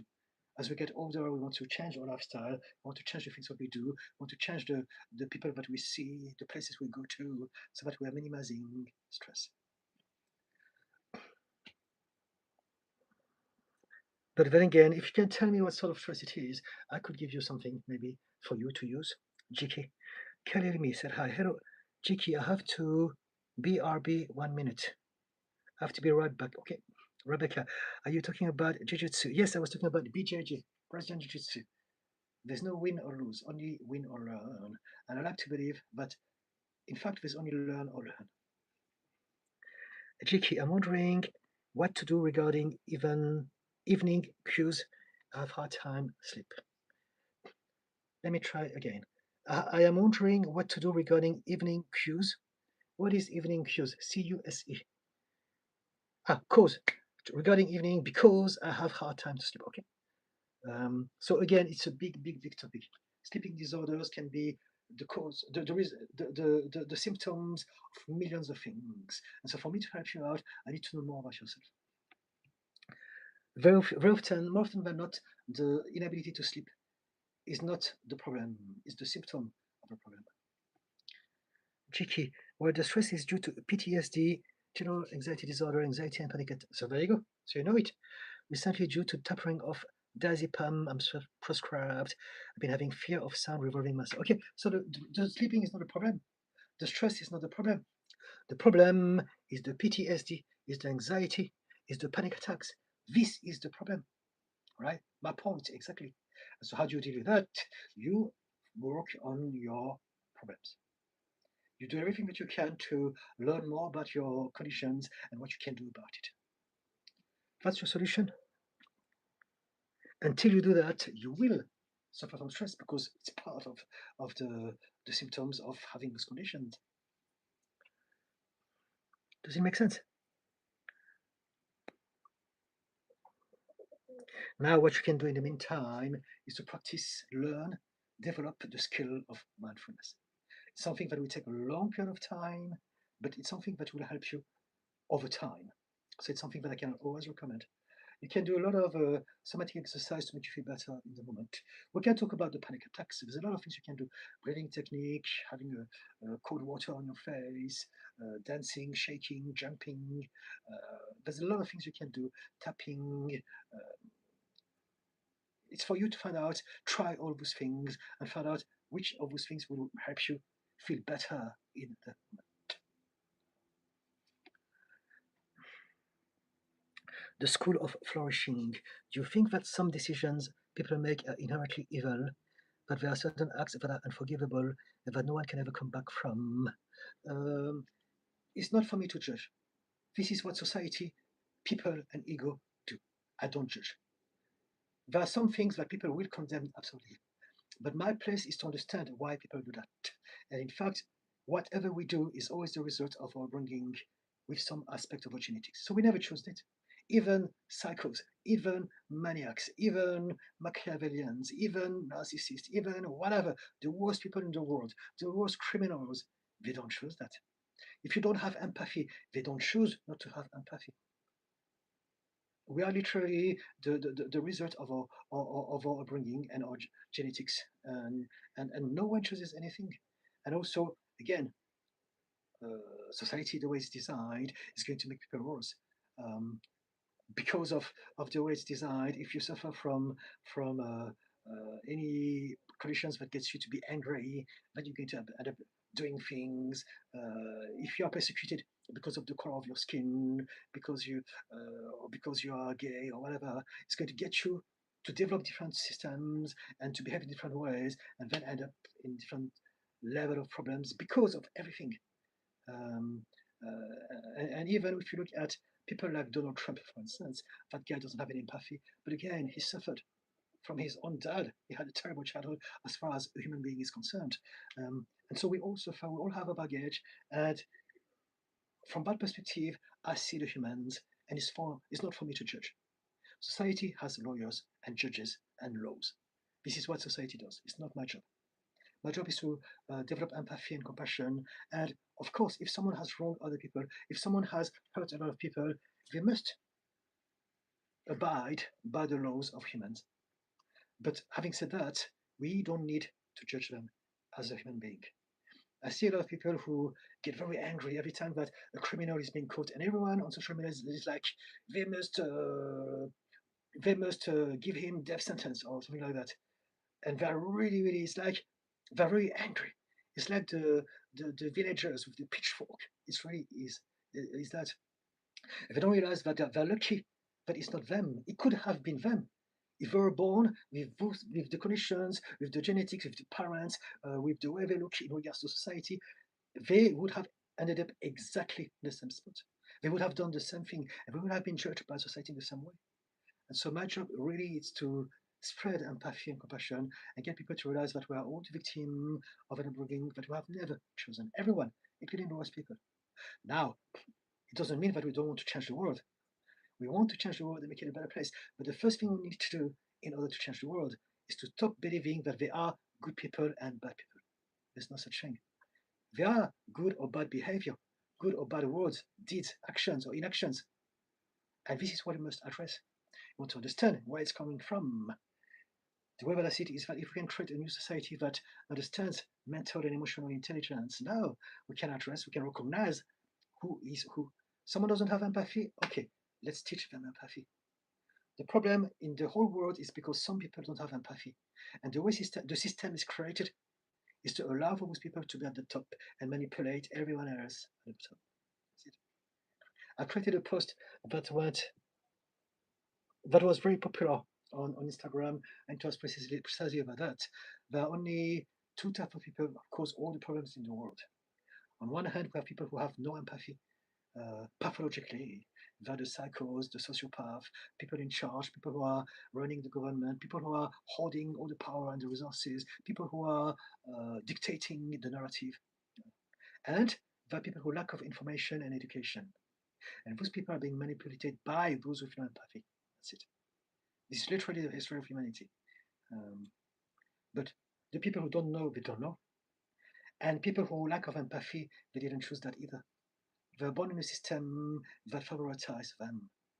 They're thriving in the capitalist system precisely because they're able to get to them in without giving an F about anyone else. They don't care. And that's why they end up being trillionaires. Like there's one of them who become trillionaire not long ago, isn't it? But again, even that guy, even all of them, they don't choose anything. They're there because the system, because of everything. Very often people say to me, Donald Trump is terrible. And it's true that he's doing a lot of horrible things. But I want you to realize something. When he was elected, I remember the first time he was elected, I saw videos of him being announced that he won. And I was like, what? You must be kidding. He didn't believe it. It's like a child has been given access to a candy shop. And so we need to take into consideration the bigger picture. People do bad things, it's true, but also there's a system that is there, that is allowing for people to keep doing bad things as well. And so, yeah, do you think that some decisions people make inherently evil? I believe that anyone who has no empathy is able of evil. Evil is born from a lack of empathy. If I don't have empathy, it means that I can dehumanize a people or a group of people. And what it means is that if they're no longer human to me, I can do whatever I want to them. That is what is happening in places like Gaza, for instance, or Lebanon. Um, you know, and the evil is born from the ability to dehumanize, which is a lack of empathy. That's why I'm talking about this. Now, again, the lack of empathy is the problem. However, people who don't have empathy don't choose not to have empathy. They're born like that. Or maybe they've been through some things in their childhood that get them to be like that. And so it's not just them. They're like that, but there's also a system that allows them to be like that. So in order to change things, we must stop witch hunting.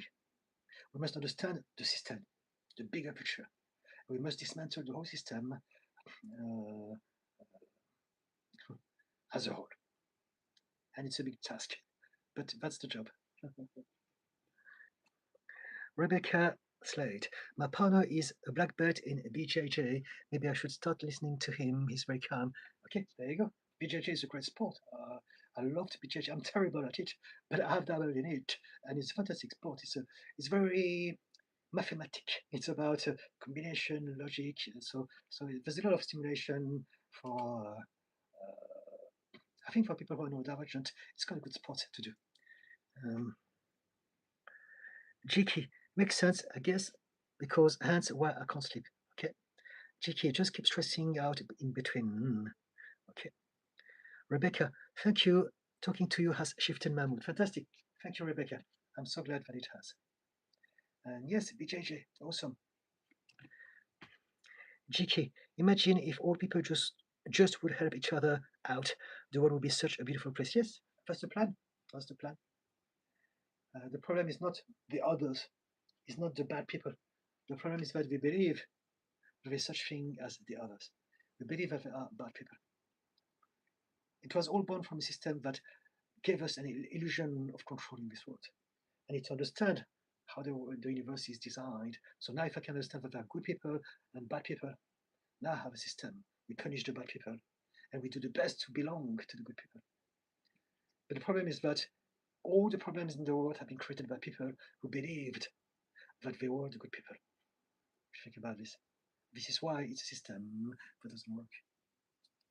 when Christians colonized the whole world and destroyed so many people and places, they really came from a good place.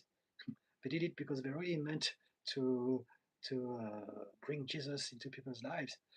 But in the meantime, they have killed zillions of people in horrible ways, and eradicated whole cultures. Um, Same thing with Adolf in Germany. Uh, he really believed that it was a good idea to create an Aryan race. From his point of view, it was the best thing he could do for humanity. And so, believing that some people are good or bad is never a good idea.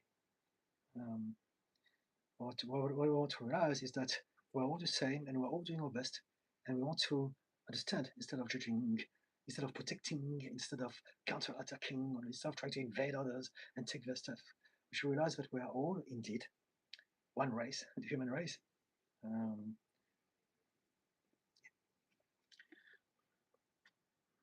Pumpkin Puff. I've never thought of it as witch hunting, but that's true. We judge evil versus good. Yes, absolutely.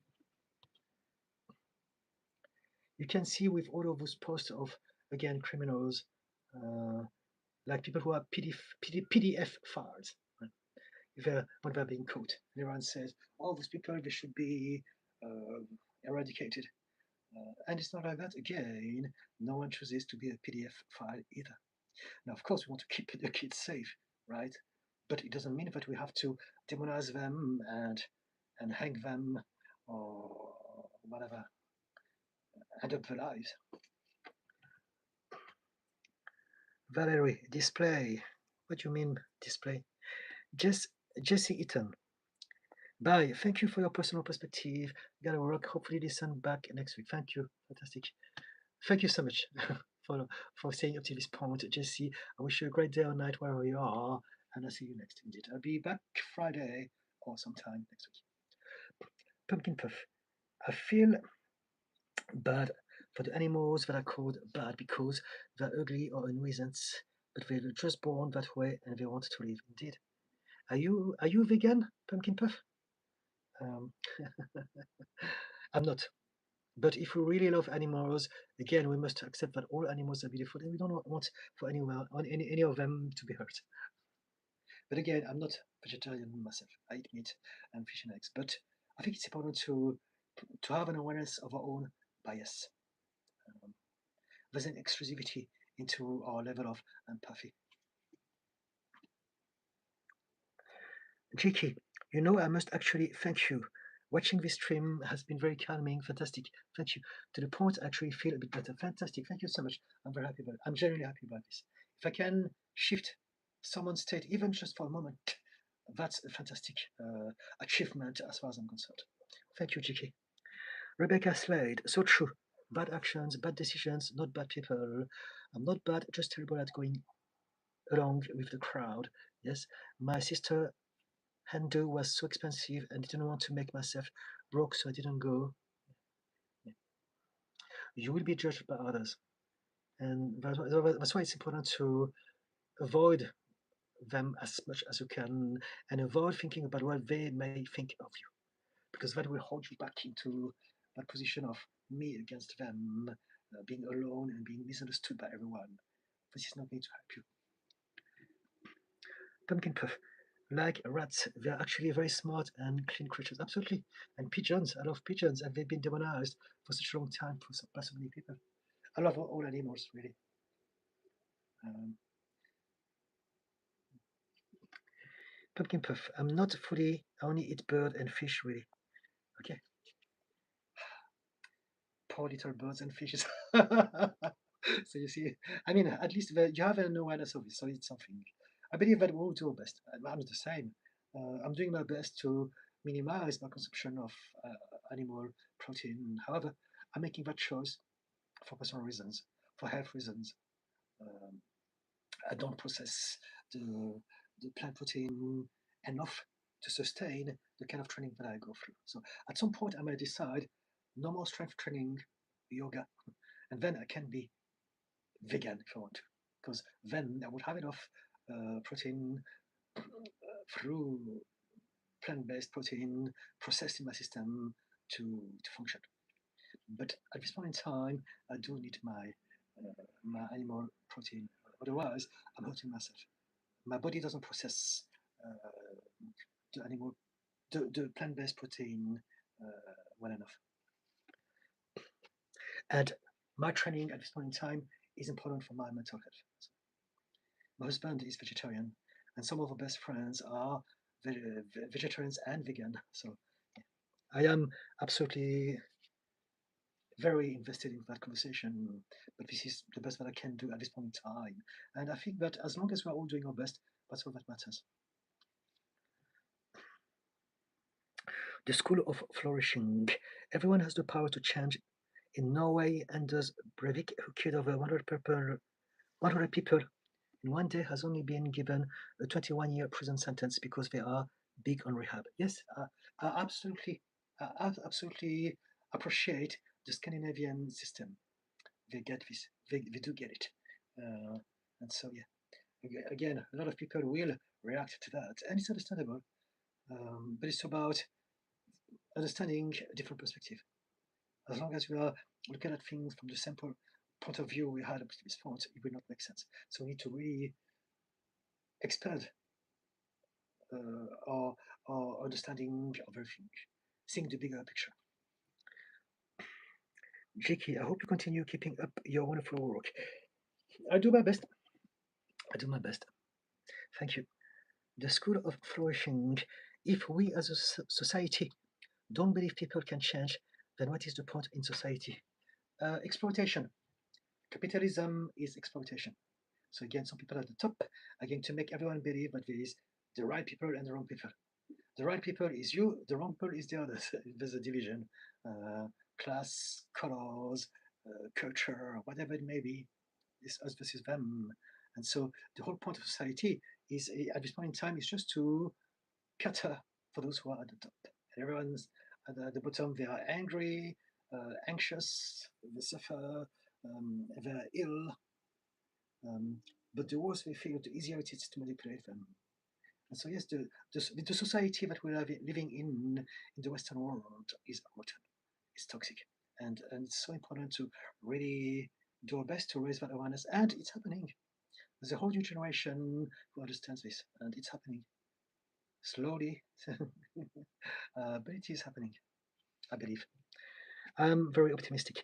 Pumpkin Puff, I have to eat some meat for my health, but I don't eat pork and I rarely eat cows. Okay, that's a start. Good. I don't like how big companies handle cattle for meat. Yes, but they do the same with chicken, poor chickens, right? Uh, but I don't want to make you feel bad. And fish are the same. But I don't want you to feel bad. I just want you to realize that you have chosen that system because it's what you can do at this point in time. Like me, I don't eat pork, I don't eat cows either. However, we're still uh, we're doing the best we can.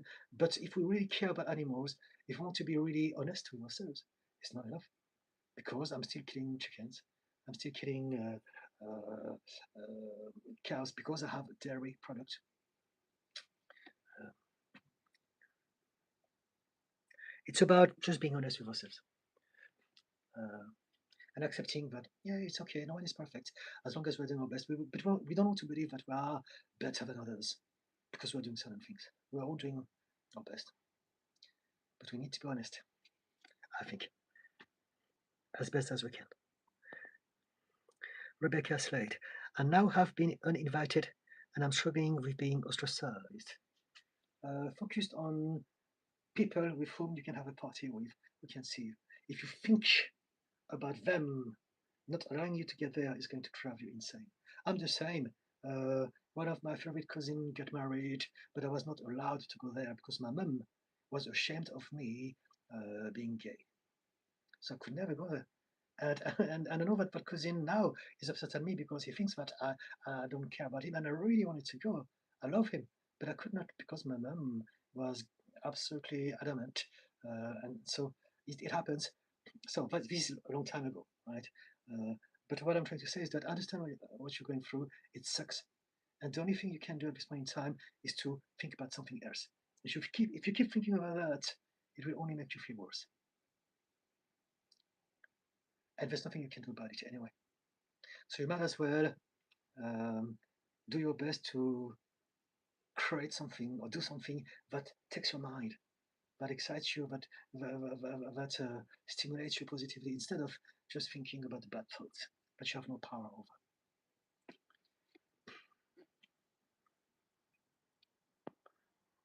Pumpkin puff. Lol, I feel bad for the birds and fish. Don't get me wrong, I mostly eat fake meat. Okay.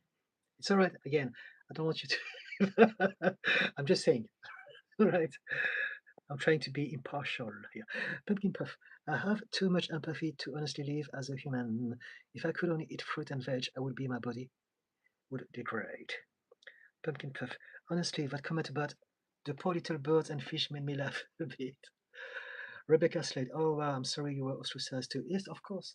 If we have conditions like BPD or bipolar, we will be, because people are not ready for us. Because we live in a culture that teach everyone to judge others. People are doing things on purpose. They're not trying hard enough. They're not trying to heal. They're choosing this, and it's just ignorance based on religious dogmas, shame, sins. And it's not true. Again, I repeated it many times today, but there's no such thing as a character. No one has a character. We only have patterns of behavior that are the result of our genetics and our upbringing. And we have never chosen any of those.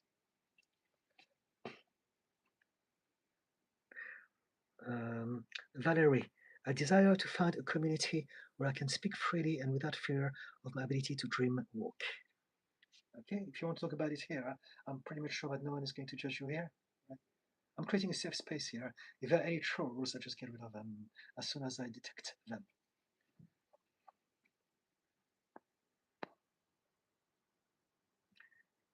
Elena Gaspar said hi. Hello. Pumpkin Puff. I agree with you about the animals. I've been able to cut more and more meat out of my diet.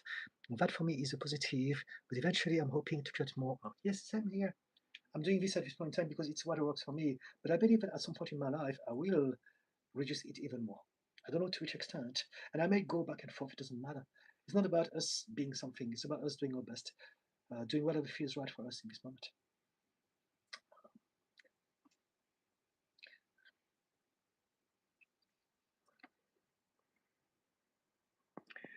Mama B 2024 said hi. Hello, Mama B 2024. Pumpkin Puff. I actually educated my family about it. My mother and husband followed me at least. Okay, very good. Good on you. Good on you.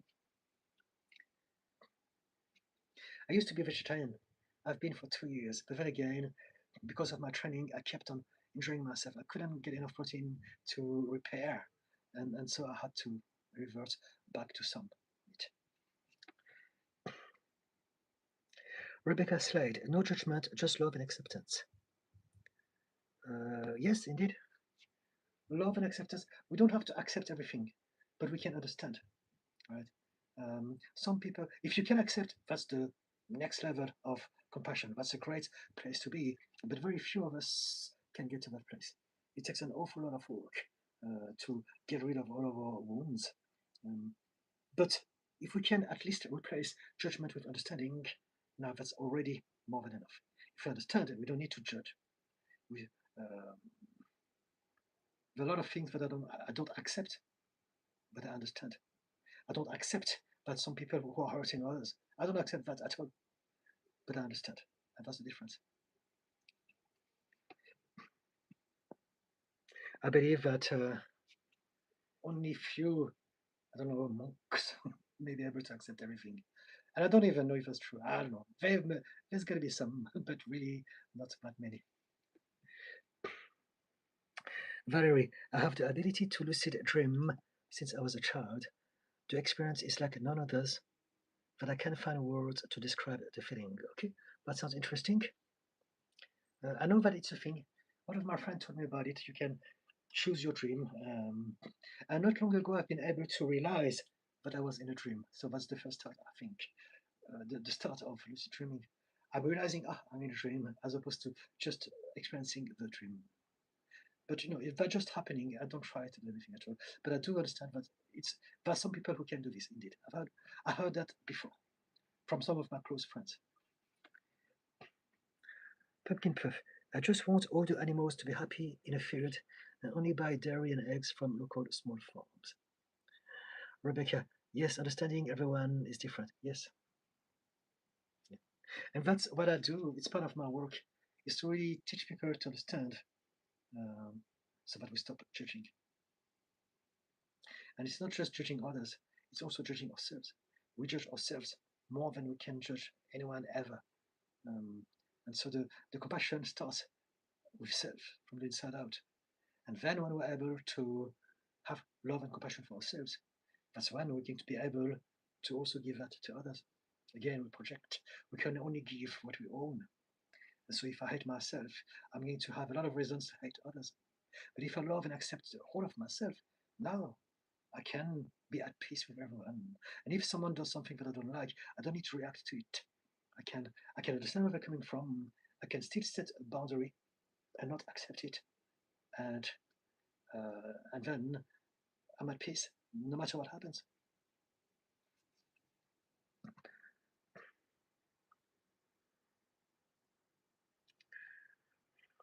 Valerie, my most recent lucid dream was a huge success.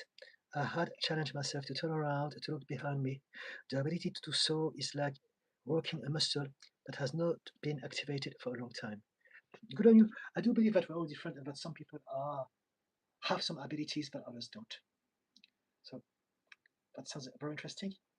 Valerie, Pumpkin Puff, do you think you can empathize with anyone? Yes, I can. So empathy, there are different types of empathy. There is cognitive empathy, emotional empathy, and compassionate empathy. I can empathize cognitively with everyone. I may not. I think you know what? I'm going to be honest with you. I think I can also empathize emotionally with everyone because I've been through a lot of things, and and I can. And the work that I do with my clients needs me to often go back into my own space to remember how it felt. I think I can empathize with anyone cognitively and emotionally. So cognitively means understand where their point of view from an intellectual perspective. Emotionally is from a feeling perspective. I do believe that I can actually. There may be some exceptions. There are always exceptions to every rule, but I believe that just based on how I understand myself and what I've been doing in the last few years, I can pretty much empathize with everyone. And I'm saying this because I have been able to empathize with people that the whole of society would reject. Like, for instance, some people come to me also for that. They're so overwhelmed that they're considering, for instance, uh, committing a mass unaliving. And I understand because I was there myself. I had I had those thoughts in the past when I was much younger, and if I lived in America, I would have done it because it's much easier there to do those things. Um, Thankfully, I never done those things, but I can really empathize even with people who have some horrible thoughts because I had a lot of horrible thoughts myself when I was younger, and I understand now where they come from, and I don't have them anymore, thankfully, because I worked on myself. But I understand the whole thing, so I can really empathize even with the most cruel and horrible people. Um,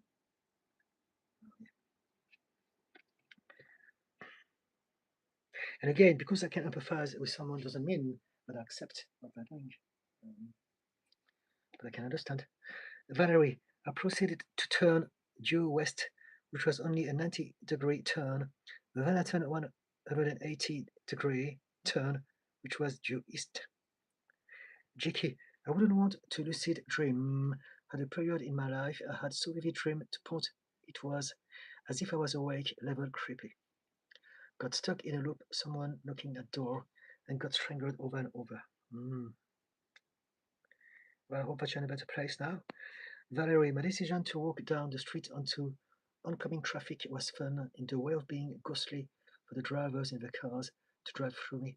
Some drivers swerved to avoid striking me. Okay. Kevin, I am in my room trying to take care. Okay. Um, how are you doing, Kevin?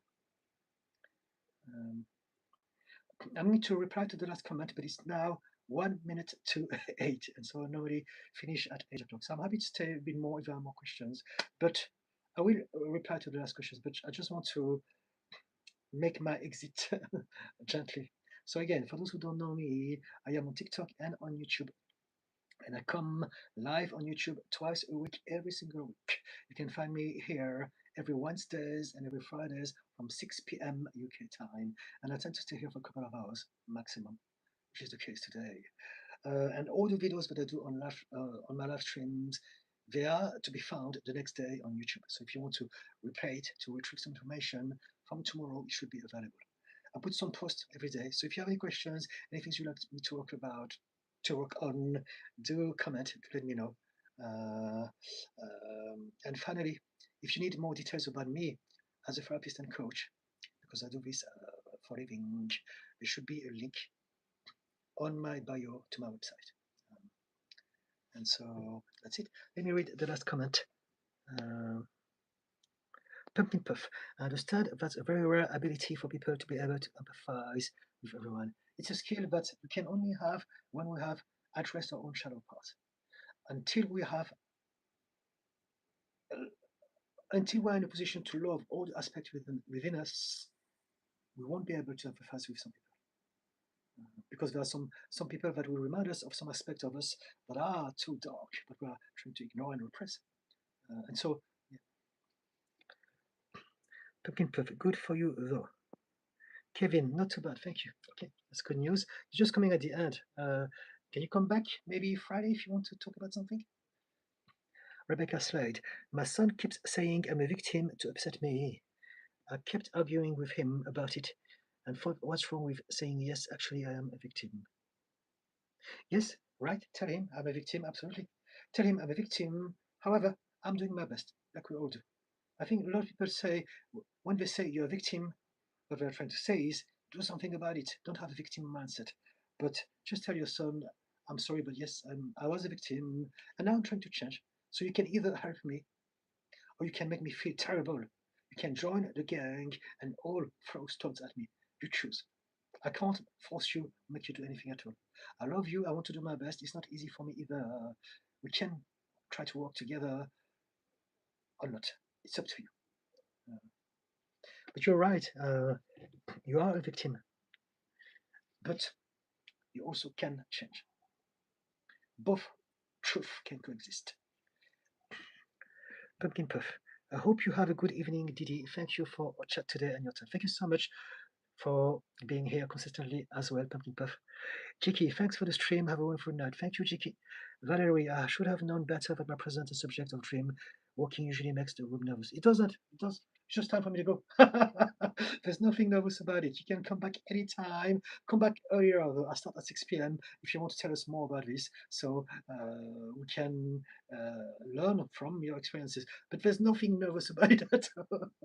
Zero nerve here. You are absolutely welcomed.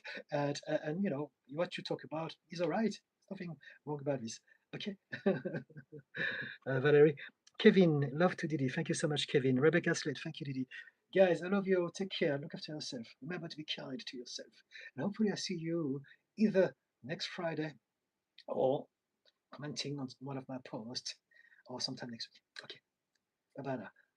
Great. I wish you a great day or great night wherever you are. Bye bye.